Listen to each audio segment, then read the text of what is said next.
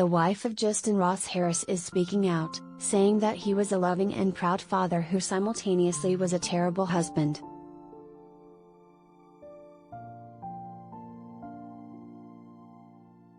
Harris, now 41, was convicted of murder after authorities said that he intentionally left his 22-month-old son, Cooper, to die in a hot car while he was at work on June 18, 2014.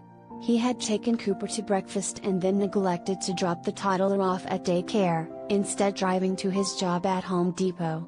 Hours later, Harris discovered his son's lifeless body in the back of his SUV.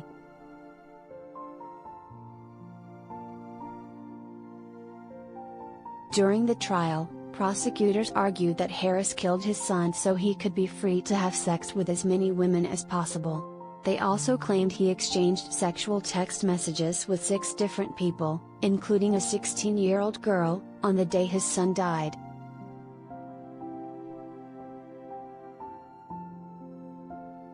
Harris' defense team contended that Cooper's death was a tragic accident, and that Harris did not intend to kill him.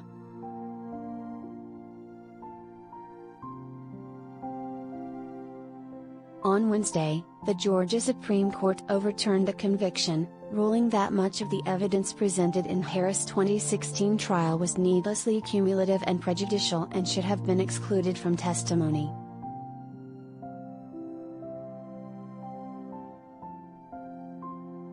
The court upheld the sexual crimes charges against Harris, which the defendant did not challenge.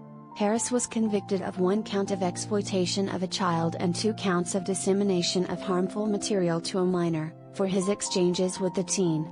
He will remain in prison for those convictions.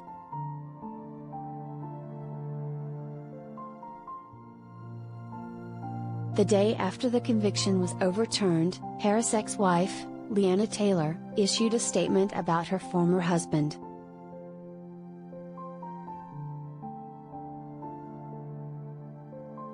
Ross was a loving and proud father to Cooper, Taylor said in the statement, which was obtained by CNN.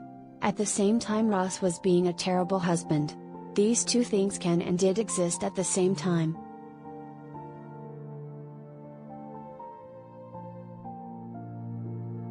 While this will not change anything about my day-to-day life, I do hope it shows people what those closest to the case have been saying from the beginning, Taylor continued.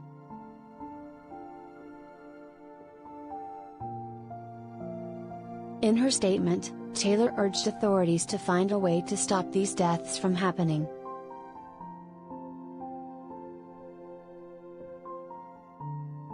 It's been 8 years since Cooper died and children have continued to die the same way every year, she added. Wasting precious resources prosecuting the parents that this happens to is not the answer.